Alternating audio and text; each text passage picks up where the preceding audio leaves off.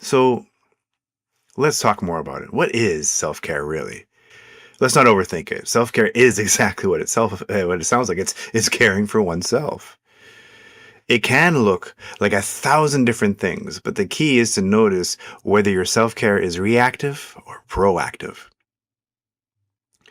Are you only taking care of yourself when your body, mind, and soul starts screaming stop? Or are you caring for yourself before you reach that breaking point? This reactive pattern is incredibly common. Many of us override our needs for the sake of others, putting ourselves third, fourth, even last on the list until we're finally feeling forced to stop. Think of the thoughts that often get in the way, things like self-care is selfish, or I don't have the time, or I'll take care of that later. I haven't earned it, or I'm not worth it. If this hits close to home, that's not a bad thing. You're not alone. The discomfort you're feeling, it's simply a signal that something inside you is ready to change. I want to offer an analogy. It was one of my favorite analogies for self-care, really. And it was a game changer for me when somebody finally, I guess, introduced me to it, had me thinking this way. You know that airline safety reminder, put your mask on first?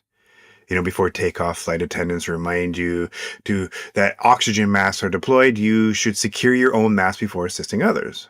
Why? Well, because if you pass out while helping someone else, you're not really much help at all, are you? I mean, jokes aside, in life, the same is true.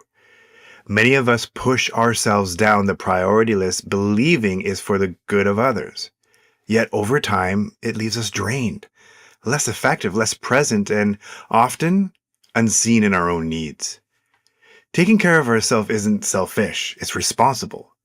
It's what allows you to show up in a more fully way for yourself and for people you care about. In other words, it isn't selfish, it's self-full. So, how can we be more proactive and invite more balance? A proactive approach to self-care leads to higher functioning, greater sustainability, and a more balanced, self-determined way of living. But before you can build that, you need to understand what self-care actually looks like for you. It's easy to adopt someone else's version, the bubble bath, the gym routines, the journaling trends, and sometimes those things help. Honestly, they do. But if it's not aligned with who you are or what you want or what's most important to you, it won't last.